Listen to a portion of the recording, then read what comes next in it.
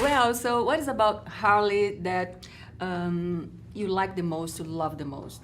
I love how unpredictable she is because as an actor, it's great to play a character who has a multiple choice of options with how they could react to any situation. And I feel that more with Harley than anyone else I've ever played because she could react in a number of different ways, and all of them are very extreme and ridiculous and absurd, or very smart.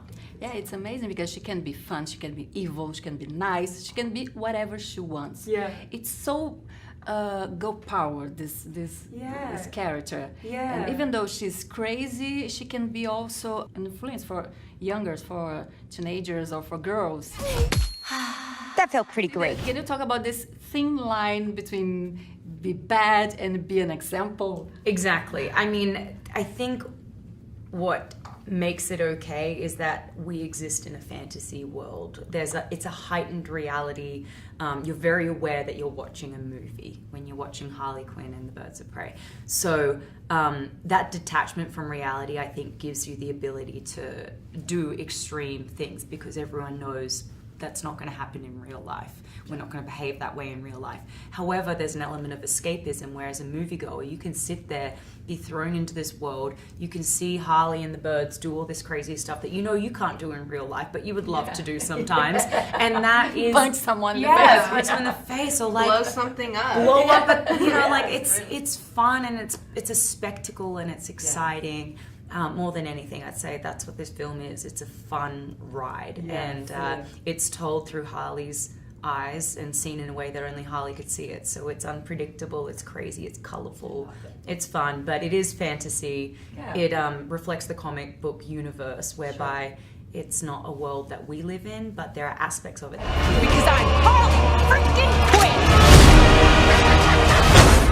Quinn! So there's a fun question from Luana, and she wants to know what was it like working with the director and the main character all female? It was great. It was something that I really wanted from the beginning. The first person I went to was our writer, who's obviously a female, Christina Hodson, and then one of our producers is actually male, Brian. But he's a feminist, so it's okay. It's okay. But he's an amazing producer. I wanted him on board, and our other producing partner, Sue Kroll, who I'd worked with previously, also an incredible producer. So that was the team, and then we set out for our director. And we spoke to a lot of men and a lot of women. We put in more effort to look for women directors because they've had less opportunity historically, but it didn't mean if a male director came in and was right for the job that he wouldn't get it. But ultimately, it worked out really well that Kathy came in, she understood the material, she had a fresh perspective and a specifically female perspective, which was really in the DNA of this film. And then beyond that, a lot of our HODs are female, but a lot of them aren't. A lot of them were guys as well. And at the end of the day... even if they aren't a guy, they're still like a full-on feminist. For sure. I think anyone who signs up for this movie...